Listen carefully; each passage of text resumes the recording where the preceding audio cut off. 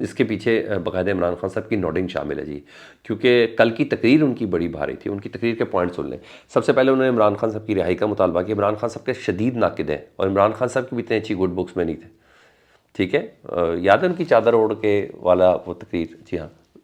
یعنی کہ عمران خان صاحب کی انہوں نے رہائی کا مطالبہ کیا، عمران خان صاحب کے ساتھ بیٹھ کے بات کرنے کا مطالبہ کیا. انہوں نے کہا پاکستان تحریک انصاف ان الیکشن میں جیت کی ہے، اس کے ووٹ بینک کو نہ ماننا اصل میں پاکستان کے ساتھ غداری ہے. یہ ہوا. اس کے علاوہ انہوں نے جرنیلوں پہ اربوں روپے لینے کا الزام لگایا. ٹھیک ہے جی، میسج چیک کریں کون کون سے جا رہے ہیں کہ ہم کس کے ساتھ ہیں. اربوں روپے لینے کا الزام لگایا، ان کو نشان عبرت بنانے کا الزام لگایا، اور دیگر کئی ان کے بڑے سٹرونگ سے قدم تھے. اور یہ پیغام ہے سارا. تو محمود خان اچکزئی بمقابلہ آصف علی زرداری صاحب کو اب دیکھتے ہیں پارلیمنٹیرینز اس سلسلے میں کس طرف اپنا وزن ڈالتے ہیں.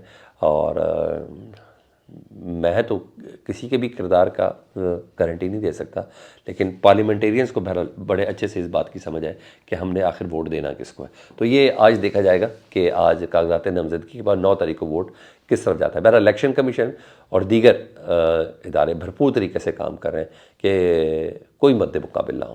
تو یہاں تو یہ چیز تھی. پاکستان تحریک انصاف نے آج ملک گیر احتجاج کا اعلان کیا جی، اور رؤوف حسن صاحب نے اس کو کنفرم بھی کیا ہے پورے ملک میں. رات کو عمران خان صاحب کے آفیشیل ٹویٹر اکاؤنٹ سے، میں نے کہا یہ دوسری چیز ہے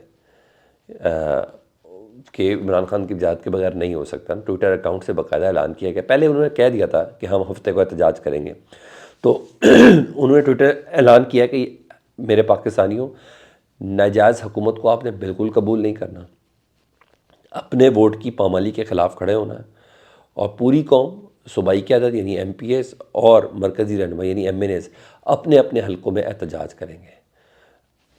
اب یہ دیکھ لیں کہ ابھی حکومت کے مراحل جو ہے مکمل نہیں ہوئے. ابھی وہ مکمل نہیں ہوئے تو احتجاج کی پوزیشن ہے. تو جب یہ مکمل ہو جائیں گے تو پھر کیا چیز ہوگی. بہرحال پاکستان تحریک انصاف کی اسٹریٹجی بہت عمدہ ہے. وہ دونوں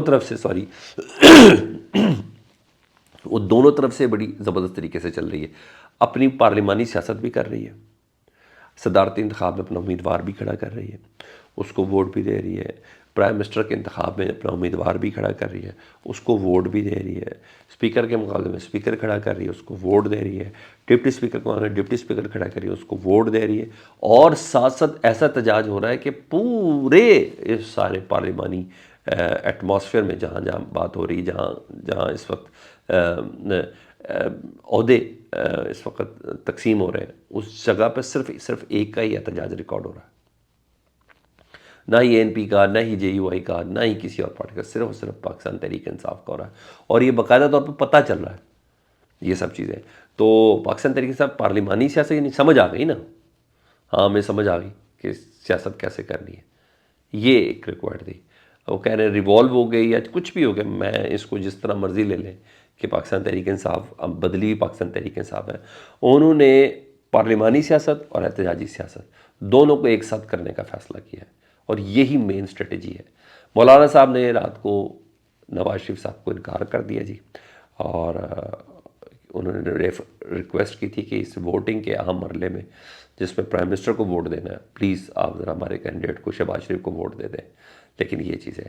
ہاں، زرداری صاحب سے جب صحافی نے سوال کیا کہ مولانا صاحب نہیں مان رہے ہم کیا کریں گے، وہ حکومت کیا حکومت ہوگی جس میں مولانا فضل الرحمان نہ ہوں گے، تو انہوں نے کہا انشاءاللہ میں مولانا کو منا لوں گا. یہ آصف علی زرداری صاحب کا دعویٰ ہے. ان کے دعوے پہ مجھے یقین بھی ہے. وہ کہتے ہیں انشاءاللہ میں ان کو منا لوں گا، اور حکومت میں شامل ہونے کے لیے بھی ان کو راضی کروں گا. ایک تو اپنے صدارتی انتخاب میں ان کو ووٹ دینے کے لیے منا لوں گا، دوسرا حکومت میں شامل ہونے کے لیے بھی مولانا فضل الرحمان صاحب کو منا لیں گے. یہ اسپرٹ آصف علی زرداری صاحب ہی کر سکتے ہیں. اور کیا ہے گراؤنڈ، اخلاقی گراؤنڈ تو ہے نہیں، کیونکہ اصول سیاست پہ قربان ہے.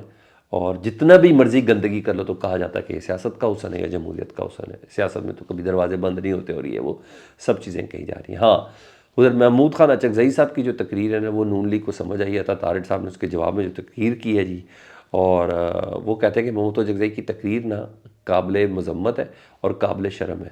یہ اپنی سیاسی کمزوریوں کا ملبہ اداروں پر پھینکنا چاہتے ہیں. تو ایسا کرے کلام پاک سر پر رکھ کے ہاتھ کر کے قسم کھا لیں جی آپ کو اداروں میں سے کسی نے سپورٹ نہیں کیا. عطا اللہ طارق صاحب، اگر یہ ادارے نہ ہوتے نا تو آج آپ کم از کم قومی اسمبلی میں نہ ہوتے. اپنی کوئی ایک کارکردگی بتائیں جس کی بنا پر عوام نے خوش ہو کے آپ کو ووٹ دیا ہو. ایک ٹکے کا کام ذرا بتا دیں سوائے بدوائیں تانے تشنے اور کوسنوں کے جو آپ نے 9 مئی کے بعد پاکستان تحریک انصاف کو دیے، شاید ان پریس کانفرنسز کے کوئی ایک کام بتا دیں. تو سر یہ معجزے ایسے تھوڑی ہوتے ہیں. چکزئی صاحب نے صحیح کہا ہے، وہ ادارے کون ہیں یہ آپ ڈیسائیڈ کر لیں، وہ ادارے کون ہیں یہ آپ ڈیسائیڈ کر لیں.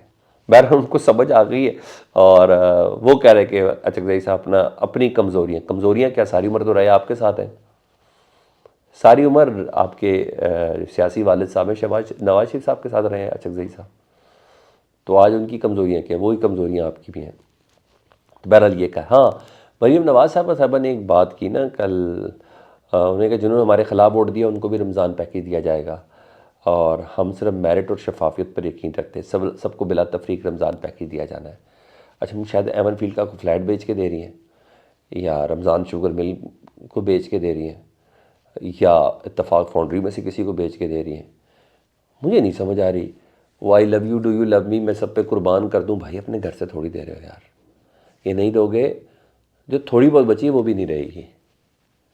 ہماری پیسوں سے ہمیں ہی دے کے ہم پہ ہی آسان. تو آپ نہ بھی دے دیتے تو کیا ہونا تھا. ابھی اس میں کبھی نہ کبھی ساری بات ہے، ابھی تو نہیں کچھ عرصے بعد ہوگا کہ اس میں پتہ چلے گا یہ 60-70 لاکھ جو ہیں راشن پیکج، اس پہ کس کا کتنا کہاں کمیشن ہے. مر ہی نہ جاتے اگر اعتبار ہو تو.